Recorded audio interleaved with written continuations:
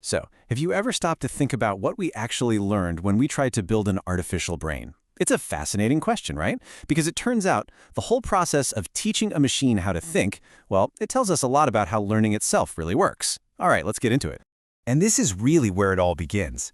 On the left, you've got the real deal, a biological neuron.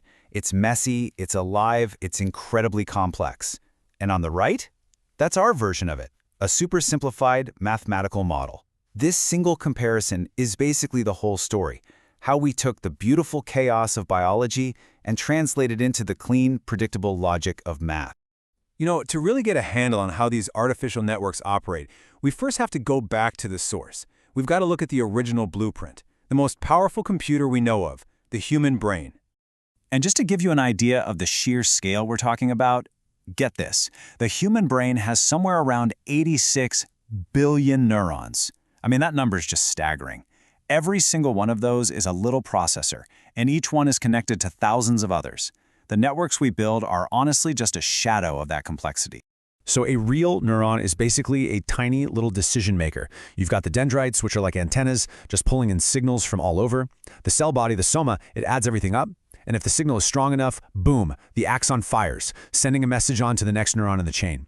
It's this beautiful, elegant dance of receiving, processing, and passing on information. So how on earth do you take that living, breathing marvel and turn it into something a computer can understand? Well, the answer is you simplify. A lot. Engineers basically boil down the neuron's job into a handful of mathematical rules. And this is what we ended up with. An artificial neuron. We usually just call it a node. It's not a physical thing at all. It's just a spot where a simple calculation happens. It takes in some numbers, multiplies them by some other numbers we call weights, and spits out an answer. That's it. Okay, let's trace the path here. Your data comes in as inputs. Each one of those inputs gets multiplied by a weight. Now, you can think of these weights as volume knobs, right? They turn the importance of each piece of information up or down. All of those are added up, and the total gets sent to something called an activation function, which basically decides if the signal is strong enough to matter. Sound a little familiar? Yep, it's a direct mathematical echo of that biological neuron we just saw. Now, one of these artificial neurons on its own isn't going to win any awards for intelligence. The real power comes when you stack them together, connecting them in layers. So let's see what happens when we feed some data into one of these networks for the very first time. This is what we call its first, completely uneducated guess. And there's a technical term for this, of course. It's called forward propagation, which, is really just a fancy way of saying the information only moves in one direction, from the start of the network straight through to the end. No loops, no going backward. Okay, so let's make this real.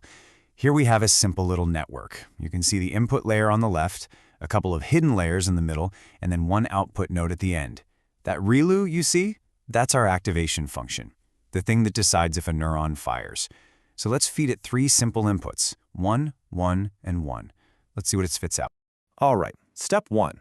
Our three inputs, 1, 1, 1, go into that first hidden layer. They get multiplied by the weights on those connecting lines and then summed up.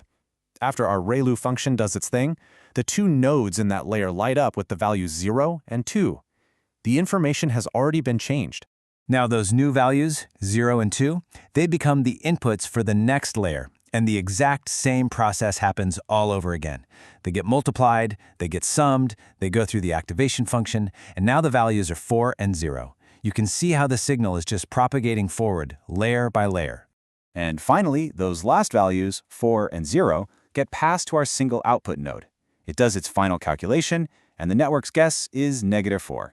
So what this shows us is that with a fixed set of weights, the network is basically just a complicated but predictable calculator. Right. And this brings us to the single most important question in all of machine learning.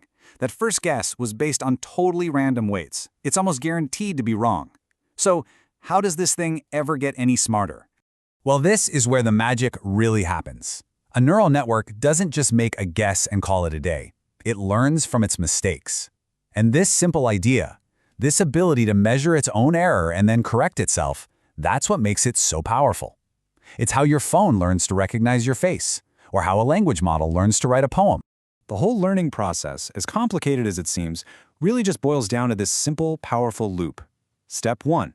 The network makes a guess. That's our forward propagation. Step 2, it compares its guess to the right answer and measures how wrong it was. We call that the loss. And step 3, it goes back and adjusts all those little weight knobs just a tiny bit to try and make its next guess better. And then it does this again and again, thousands, maybe millions of times, getting a little bit smarter with every single cycle. So how do we measure how wrong it is? We use something called a loss function. It's just a formula for error. In our example, the network guessed -4. Let's pretend the correct answer was supposed to be 0. We take the correct answer, 0, minus the guess, -4, which gives us 4. Then we square that and we get a loss of 16.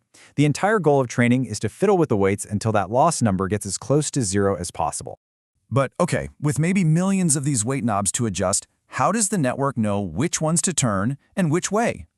To wrap our heads around this, there's this fantastic analogy about a mountain climber who's lost in the fog. I just love this quote because it captures the idea so perfectly. The network is trying to find the point of lowest possible error. So, just like that climber, it's basically feeling around its current spot, trying to figure out which direction is the steepest way down, and then it takes one small step in that direction. It just keeps doing that, over and over, slowly making its way down the mountain of error. And you can see here just how well this analogy lines up. The mountain itself, that represents every possible error value. Where you are on the mountain, that's just your network's current set of weights. The very bottom of the mountain, that's our goal, the lowest possible error. And the strategy of taking those little steps downhill, that's an algorithm called gradient descent. So how does our climber know which way is downhill? How does it get that sense of direction? Well, that's where a process called backpropagation comes in. It's this clever algorithm that works its way backward from the final error. It starts at the output and calculates how much each of those last weights contributed to the mistake. Then it steps back to the layer before, and the layer before that, assigning a little bit of blame for the total error to every single weight in the entire network. It's the map that tells our climber exactly which way to step. Whew.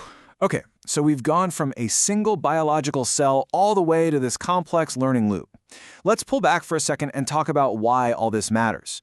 Because these basic ideas are, quite literally, the backbone of all modern AI. And that brings us right back to where we started. If you look at this comparison, you can see how far we've come, but also how far we still have to go.